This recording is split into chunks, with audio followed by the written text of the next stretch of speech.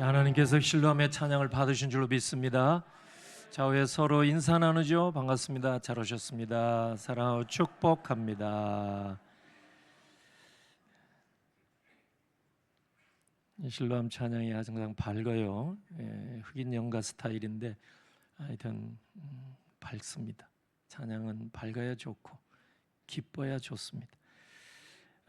우리 하나님 앞에 언제나 이 찬양을 실로암 찬양대 준비를 잘 해주셔서 늘 감사합니다. 혹시 오늘 찬양을 듣고 감동을 받은 분들은 찬양대 지원하셔도 좋을 것 같습니다. 지난주에 이제 룻기 서론을 제가 말씀드렸고 오늘 이제 룻기 1장 시작을 합니다.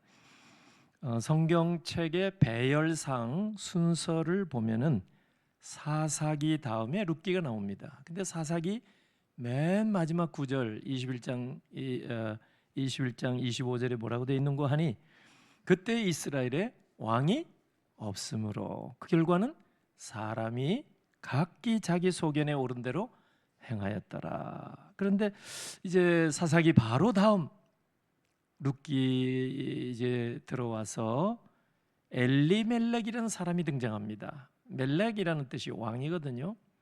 왕. 엘리멜렉. 그러니까 그 뜻이 뭐냐면 하나님은 나의 하나님은 왕이시다 이 뜻이거든요. 그럼 뭔가 기대가 된단 말이에요. 우리는 뭐 히브리 말 모르니까 뭐 이름을 들어도 못 알아차리지만 히브리 말 하는 유대인들은 딱 보면 알아요.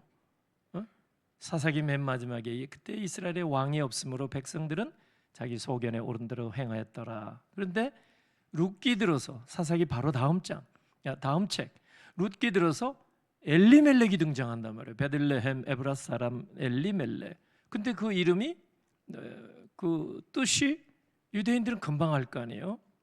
그렇죠? 나의 하나님은 왕이시다. 그러니까 사사 시대에는 왕이 없었어요. 백성들이 자기 소견에 오른 대로. 그런데 룻기 시작하면서 엘리멜렉 뭔가 기대가 있지 않겠어요? 나의 하나님은 왕이시다. 이제부터 이스라엘 공동체가 이렇게 왕이 통치하게 되고 다스리게 되고 안정과 질서가 오지 않겠느냐. 충분히 기대. 유대인들은 사람 이름 하나 매우 신경 씁니다. 그래서 우리가 이제 룻기를 시작하면서 과연 그렇게 될까? 이 기대로 이제 출발을 하는데 여러분이 오늘 본문 말씀 들어보시기 바랍니다. 엘리멜렉이 룻기 1장에서 어떻게 행동했는가?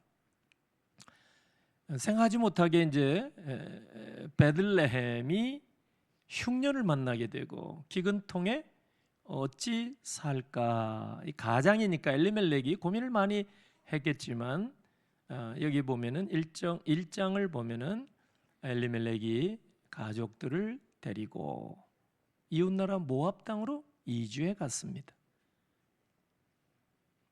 그냥 이사 갔다 이렇게 말씀합니다. 그런데 그 땅으로 이주해 가자마자 거기서 죽었어요. 3절. 그리고 10년쯤 지났는데 아들 둘 모압 여인들과 다 결혼을 시켰어요. 근데 무자한 가운데 죽었어요. 잘 살아보겠다고 기근을 피해서 모압 땅으로 왔는데 산부자가 죽었어요. 그러니까 과부 셋만 딸랑 남은 거죠. 이게 얼마나 이게 참 처참한 모습입니까? 그게 룻기의 시작입니다. 장례식으로 시작을 했어요. 그것도 셋이나. 자, 여러분 이런 본문 내용 이야기를 보실 때 여러분은 어떻게 해석하십니까? 이 이야기를 보시면서 그 봐라, 하나님이 택한 백성이 살고 있는 베들레헴에 기근이 들었다고 해서 하나님께 여쭤보지도 아니하고 기근을 피해서 그저 살아보겠다고 하나님이 저주하신 땅인데 모압 땅, 그렇죠? 그게 이주해 가더니 남편 죽고 자식들 다 죽고 이게 뭐냐? 이것이야말로 서양 속담대로 하면은 프라이팬에서 불로 직접 뛰어드는 격이 아니겠는가? 우리말로 하면 설상가상. 그보다 더 막 피부에 닿아요. 예? 미국 속담에 프라이팬에서 뭐 고기나 무엇이 막 이렇게 튀기든지 프라이팬 위에 얼마나 뜨거워요. 그런데 밑에 불 속으로 그냥 들어가는 격이다 이 말이에요. 그러니 얼마나 끔찍하냐 말이에요. 그러니까 기근을 피하려다가 더 큰 화를 입은 거 아니냐, 이런 해석이 될 수 있죠.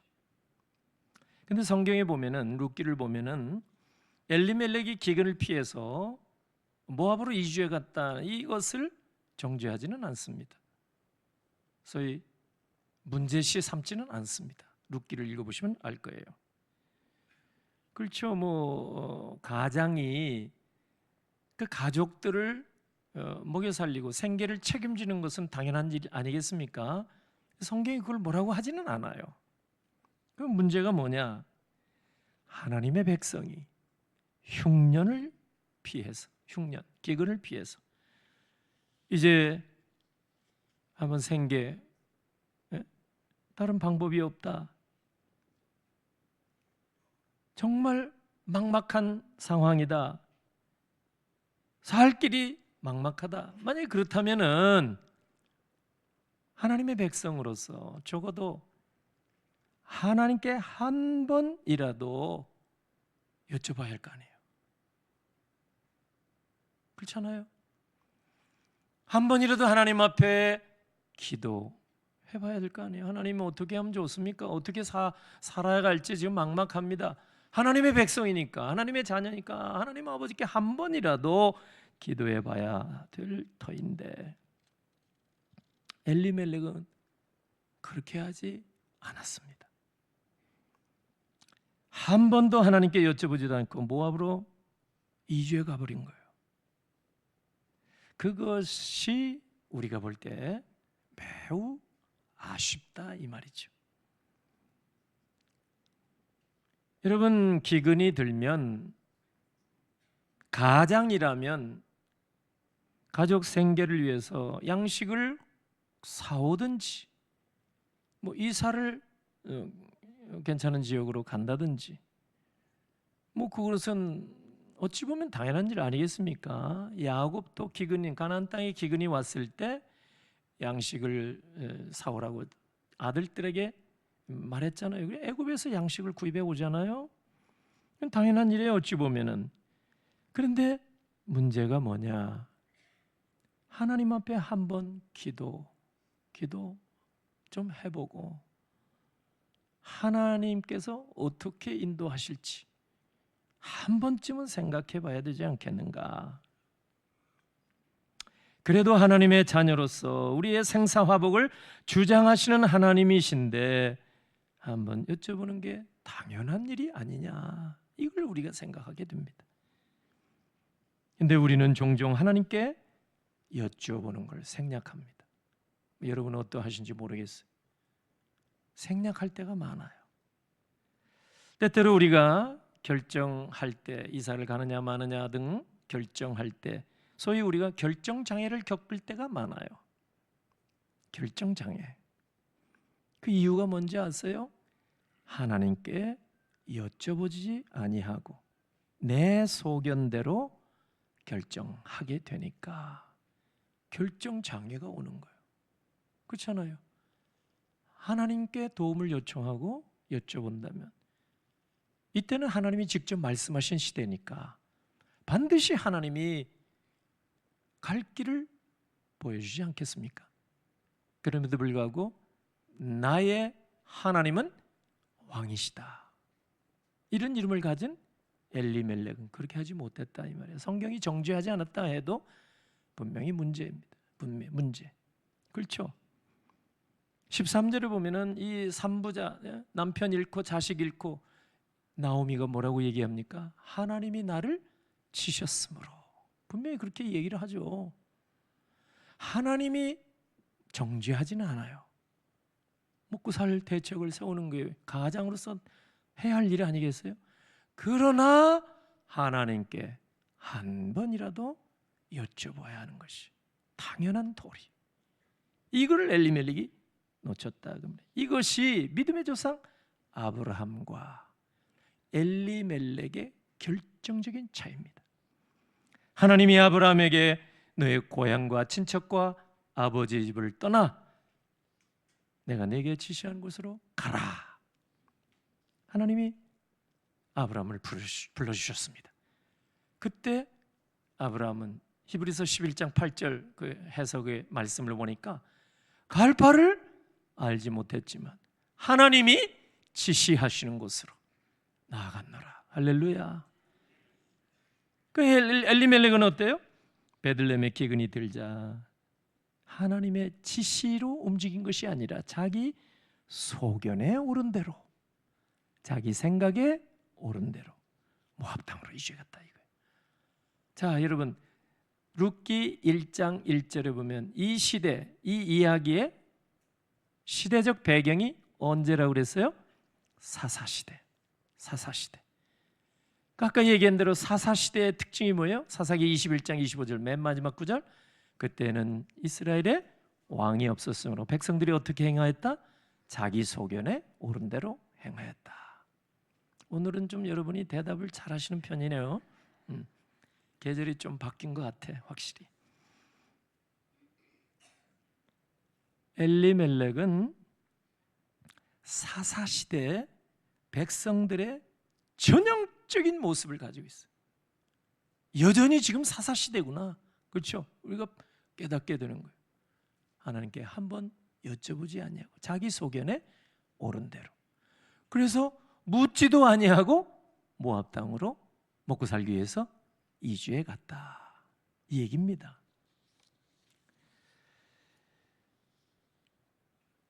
오늘 우리도 큰 일이든 작은 일이든 여호와 하나님 앞에 묻지도 아니하고 내 임의로 결정할 때가 상당히 많습니다. 부정할 수가 없어요. 근데 여러분, 그 결과가 어땠냐 말이에요. 결과. 임의로 내가 판단하고 결정하고 내일은 내가 알아서 한다. 엘리멜렉. 결과가 어때요? 엘리멜렉이 살고자 모압으로 이주해 갔는데 가자마자 죽었어요. 아들들 둘 다 죽었어요. 자식들 얻지도 못하고 결혼했는데 얼마나 비극입니까? 저주라고 말할 수는 없어요.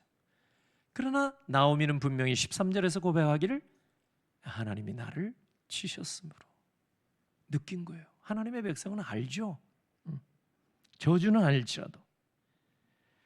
그러니까 분명한 것은 하나님이 저주한 것은 아니라고 해도 여호와께 여쭤보지 아니한 자들의 결국은 하나님께서 그 인생을 결코 책임져 주지 않으신다 하는 사실을 우리가 깨닫게 됩니다. 이것이 성경에 보면 사울 왕과 다윗 왕의 차이입니다. 여기에 아브라함과 엘리멜렉의 차이라고 말씀드렸죠. 성경에 보니까 사울 왕과 다윗 왕의 차이예요. 역대기 상 10장에 보면 사울 왕이 죽게 된 이유를 설명합니다. 사울 왕이 전쟁터에서 죽었어요. 자살 아닌 자살이죠.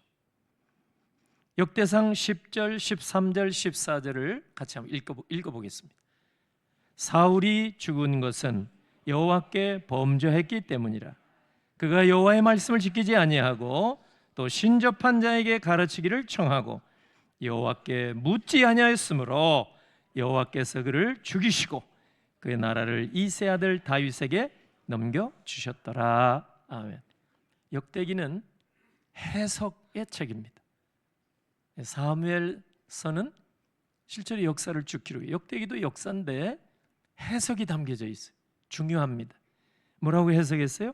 사울의 죽음은 실수도 아니고 전쟁터에서 우발적으로 죽은 것도 아니고 우리가 그렇게 생각이 되는데 그런데 여호와께 묻지 아니하였으므로 여호와께서 그를 죽이셨다. 성경이 분명하게 말씀했습니다. 근데 다윗은 항상 여호와께 물어보고 여쭤보고 행동한 사람입니다. 다윗이 그렇습니다. 사무엘하 5장을 보면은 다윗이 이제 임금이 됐다는 소식을 듣고 이웃나라 블레셋이 한번 시험해 보려고 했는지 군사를 이끌고 침공에 들어왔습니다. 사무엘하 5장 19절에 보면은 그때 다윗 왕은 임금 되지 얼마 안 된 때입니다. 5장 19절에 다윗이 여호와께 여쭈어 이르되 내가 블레셋 사람들 치러 올라가도 되겠습니까? 아니면 가면 안 됩니까? 여쭤본 거예요. 그러니까 하나님께서 치러 올라가라 명령이 들렸어요. 구약 시대는 하나님이 직접 말씀하신 시대니까. 그래서 블레셋 맞서 싸우러 출정한 거예요. 결과가 어떨까요? 하나님이 책임져 주신 줄로 믿습니다. 승리케 하셨어요. 어떻게? 사무엘하 5장 20절 보니까 물을 훑어버린 것처럼 블레셋을 다 쫓아내버려. 누가요? 하나님께서. 조금 있다가 블레셋이 전열을 재정비해서 다시 쳐들어왔습니다. 자, 우리 같으면 어떤 생각할 수 있어요? 지난번에 한번 경험을 해봤으니까 이제는 뭐 누워서 떡 먹기. 자, 군사 모집해라. 장군 보내서 싸워라. 명령 내리면 되잖아요. 그런데 다윗은 지휘관 회의를 소집하지 않았어요. 군 통수권자, 국방장관이라면 전군 지휘관 회의를 소집할 거예요. 그 전략을 수립할 거예요. 그리고 출정할 겁니다. 그런데 다윗은 이런 지휘관 회의를 소집하기 전에 먼저 하나님 앞에 다시 여쭤보고, 지난번에 경험도 있어요. 그런데 또 쳐들어왔을 때 또다시 하나님 앞에 나아가서 여쭤본 것입니다. 하나님이 그걸 귀하게 보지 않겠어요? 그래서 또 그 결과 어때요? 하나님께서 다윗에게 승리를 주신 줄로 믿습니다. 그걸 하나님이 기뻐하신 거예요. 엘리멜렉은 기근을 피해서 모압으로 가자마자 죽었어요. 아들들도 죽었습니다. 그런데 10년이라는 세월이 지나고 보니까 이제 과부가 된 나오미, 두 자부가 있는데 고향 땅에 소식이 이제 들려오는 거예요. 이제는 막막한 상황인데 베들레헴에 흉년이 지나 풍년을 하나님이 주셨다 소식이 들려왔어요. 그게 6절입니다. 룻기 1장 6절에 그 여인이 나옴입니다. 모압 지방에서, 아직 모압에 있죠. 여호와께서 자기 백성을 돌보시사 그들에게 양식을 주셨담을 듣고 이제 모압 땅을 떠나서 베들레헴으로 가야겠구나 결단한 겁니다. 하나님이 베들레헴에 흉년이 들게 하신 것은 징계의 일환으로 주신 것인지 잘은 몰라요. 그렇지만 10년 만에 흉년이 풀렸어요. 그리고 풍년이 들게 하셨습니다. 베들레헴 땅에 다른 사람들 먹고 살기 위해서 다른 지역으로 갔다. 그 내용이 없어요. 룻기 읽어보면. 그러니까 동족들과 함께 흉년, 기근을 만나서 어렵지만 촉은 목피로 연명하면서도 버티고 인내하며 기다렸다는 얘기예요. 베들레헴 사람들이. 그런데 때가 되니까 하나님이 흉년이 지나가게 하고 10년 만에 풍년을 주신 줄로 믿습니다. 우리가 흉년을 만나든 가뭄을 만나든 홍수를 만나든 여러분 물난리를 만나든 하나님의 백성들과 함께 동고동락하면서 하나님의 위로와 회복의 은혜를 기다리면 반드시 때가 되어서 하나님께서는 친백성, 당신의 백성의 고통을 돌아보실 줄로 믿으시기를 바랍니다. 근데 엘리멜렉이 너무 급했다는 얘기죠. 여러분, 나라가 IMF와 같은 외환 위기, 국가 부도 위기를 맞게 되면 많은 사람 생각이 이 나라를 떠나볼까 생각합니다. 저는 뭔지도 모르고 IMF가 시작됐을 때 우리 교회로 왔어요. 미국에 10여 년 살다가. 그때 보니까 아는 사람들이 한국에 있다가 외국으로 미국으로 상당수가 갔습니다. 내 아는 분들도. 여러분, 전쟁의 위기가 있으면 고국을 떠나는 사람도 많아요. 근데 이스라엘 백성들의 이야기를 여러분 알죠? 전쟁이 벌어지면 고국으로 들어가요. 그 양반들은 참 희한한 사람들이. 여러분, 교회가 어렵고 가만히 보니까 재정에 허덕이는 것 같고 사람이 막 줄어드는 것 같고 보아하니까 여기 있어봐야 도움될 게 없구나. 어떤 사람들은 교회가 어려우면 떠나요. 그런 사람이 있을 수 있겠죠? 먹고 살기 힘든다. 그러면 어떻게 해요? 정든 곳이라도 떠나지요. 그런데 보세요. 오늘 본문 6절 보면은 하나님이 잠시 잠깐 후에 10년의 세월은 우리에겐 길지 몰라도 하나님이 보실 때는 잠시 잠깐 후에 하나님이 닫혔던 은혜의 문을 활짝 열어주시고 베들레헴 땅에도 풍년을 허락해 주신 줄로 믿습니다. 너무 급하게 고국을 떠나고 교회를 떠나고 삶의 터전을 떠났던 사람들이 다른 곳에 가서 정착하기도 전에 다 망하게 될 것 같았던 고난의 현장에 우리 하나님은 은혜의 문을 열어주신다 하는 사실을 여러분이 꼭 기억하시기를 바랍니다. 엘리멜렉이 가족을 이끌고 모압 땅으로 가서 얼마나 풍족하게 살았는지는 모르겠습니다. 아마 그런 것 같지는 않죠? 삼부자가 거기 가서 다 죽었다. 이거만 해도 얼마나 안타까운 일입니까? 그런데 모압 땅에 이주한 지 10년 만에 고국에서 정말 기쁨의 소식을 듣게 된 겁니다. 여러분, 인생이 잘 풀리는 사람이 있어요. 하여튼 가는 데마다 잘 돼. 투자하는 대로 막 소득이 맵곱절 나는 사람이 있어요. 근데 어떤 사람은 남들 다 돈 번 다음에 투자했는데 망해. 남들 어디로 이사 가면 잘 된다 하는데 막 차 타고 이사 갔는데 거기 막혀. 희한하죠? 어떤 사람은 잘 풀리는 사람이 있어요. 그런데 잘 안 되는 사람이 있어요. 이사 가고 났는데 집값이 막 치솟고 떠난 곳이. 여러분, 기근을 피해서 고민하다 모압으로 갔는데 거기서 삼부자 죽잖아요. 그렇죠? 그런데 보세요. 하나님이 어떻게 합력하여 선을 이룬지 보세요. 이제는 더 이상 남편 죽고 자식 죽고 먹고 살 대책이 없어요. 자부들 너희들은 친정으로 돌아가라. 그래도 면목은 없지만 고향 땅을, 남편이 그래서 어쩔 수 없겠지만 베들레헴 땅을 버리고 등지고 10년 이웃 나라 모압에 가서 살았는데 어찌 하겠느냐? 체면국일지라도 내가 고향으로 다시 돌아가야 되겠다. 그래서 나오미는 고향으로 돌아오게 된 겁니다. 이렇게 우리는 인생을 살면서 우왕좌왕할 때가 많습니다. 잘 살아보겠다고 이사했는데 거기서 생각하지 못한 일을 당합니다.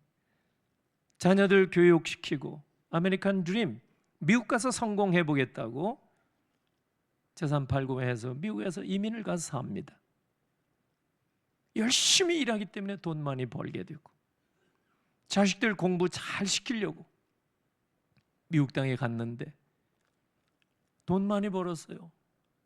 좋은 차 바꿔 타고 저택을 마련하고. 그런데 살 만큼 되니까 몸이 망가지더라고요. 자식들이 각기 제 길로 가버리더라고요. 나는 10여 년 이민 목회 현장에서 그런 가정들을 많이 봤습니다. 살 만큼 되니까 제가 오래전에도 말씀드렸지만 우리나라 초기 축구 국가대표 선수가 저희 교회 다녔어요. 제가 목회할 때 시카고에서. 정말 그렇게 살았어요. 열심히. 그래서 부자 동네에 2에이커 어마어마하게 넓은 저택을 마련했어요. 잔디 깎는 차를 타고 잔디를 깎아야 할 정도로 넓은 집입니다. 좋은 차 타시고. 그런데 살만큼 되니까 그 넓은 집 무슨 소용이 있어요? 방에 들어앉아서 암투병 생활을 하셨어요. 마지막을 제가 돌봐드렸어요. 얼마나 안타까웠는지 몰라요. 잊을 수가 없어요. 그 많은 재산을 만들어 놓고 한 번 누려보지 못하고 돌아가셨어요. 다 그런 건 아니겠지만 여러분, 자녀들 다 성공시켜 보겠다고 했는데 부모 말을 듣습니까? 안 듣는 사람도 많아요. 그래서 이제 모든 거 이제 끝났어요. 이제 나는 안 되나 보다. 나오미도 절망 가운데, 여러분, 그때 하나님께서 정말 기쁨의 소식을 베들레헴으로부터 주신 것입니다. 베들레헴에 풍년이 왔다. 얼마나 기쁨의 소식이. 그런 것 같아요. 인간의 극단은 하나님의 기회다. 하나님이 일하실 기회다. 이제는 꼼짝없이 죽었다 생각했는데 베들레헴에, 우리가 등지고 왔던 베들레헴에 풍년이 왔다. 그리고 얼마나 이 기쁜 소식이에요. 체면국이지만 베들레헴에 나오미가 돌아가게 된 겁니다. 우리는 주님을 늘 배반합니다. 그리고 내 소견에 오른 대로 살아봅니다. 열심히 살고 열심히 노력했는데 그 결과가 어떻게 돼요? 빈털털이에요. 빈털털이. 모압으로 이주해 갔는데 산부자 다 죽잖아요. 양식이 풍족했나요? 없어요. 먹고 살 길이 막막하게 된 거예요. 인생이 빈털털이. 소망이 없어요. 근데 낙심과 좌절과 절망 가운데 있는 그 순간에 하나님은 당신의 택한 백성을 잊지 아니하시고 찾아오신 줄로 믿습니다. 너의 고향에 풍년이 왔다. 그래서 부끄러움도 있지만 다시 결정해서 가는 거예요. 엘리멜렉처럼 우리는 결정한 일마다 성공하지 못할 때가 많습니다. 여러분, 빵집이라고 하는 뜻을 가진 이름이 베들레헴입니다. 베이트, 레헴, 떡집입니다. 떡집. 그런데 정작 베들레헴에 떡이 없어요. 빵이 없어요. 식량이 없게 된 거예요. 이 참 아이러니하죠? 식량이 풍족한 동네다, 베들레헴이에요. 근데 10년 동안 기근이 든 거예요. 텅 빈 빵집이 된 거예요. 엘리멜렉 가정은 모압으로 이주까지 했지만 때가 되니까 하나님께서 일하신 것을 보세요. 빈 빵집인데 베들레헴 흉년 10년 다시 하나님께서 하나님의 때가 되니까 베들레헴에 풍년을 허락해 준 줄로 믿습니다. 그러므로 결론입니다. 인생의 고비마다, 곡절이 있을 때마다 하나님이 지시하신 곳이 아닌 대로 가면 안 됩니다. 하나님이 기뻐하지 않는 대로, 내 소견에 옳은 대로 판단하시면 안 됩니다. 그게 하나님의 백성이 하셔야 할 일입니다. 여호와께 묻지도 아니하고 너무 쉽게 결정하지 않으신다면 10년 베들레헴 사람들이 견뎠는데 하나님은 전화위복 풍년으로 응답하신 줄 믿습니다. 예수님의 승천하며 마지막 유언처럼 주신 말씀, 사도와 함께 모이사 그들에게 분바에 이르시되 예루살렘을 떠나지 말고 내게서 들은 바 아버지께서 약속하신 것을 기다리라. 중약, 너희는 몇 날이 못 되어서 성령으로 세례를 받으리라. 할렐루야. 사사시대처럼 자기 소견에 옳은 대로, 여러분 열심히 살면 그 소득으로 우리가 살 수는 있겠지만 나중에 보니까 삼부자가 다 죽어요. 집안이 텅 비었어요. 빈털털이에요. 그런데 하나님께서 여러분 빈 빵집에 불과했던 베들레헴 땅에 다시 식량이 넘쳐나도록 부어주셨다는 사실을 생각하시고 아버지의 약속하신 곳을 떠나지 말고 하나님께서 기뻐하신 곳에서 주님이 은혜 베풀어 주실 때까지 믿음으로 기도하시며 하나님 주신 은혜와 분복을 자손만대 누리는 여러분 되시기를 예수 그리스도의 이름으로 축복합니다. 아멘. 기도합니다.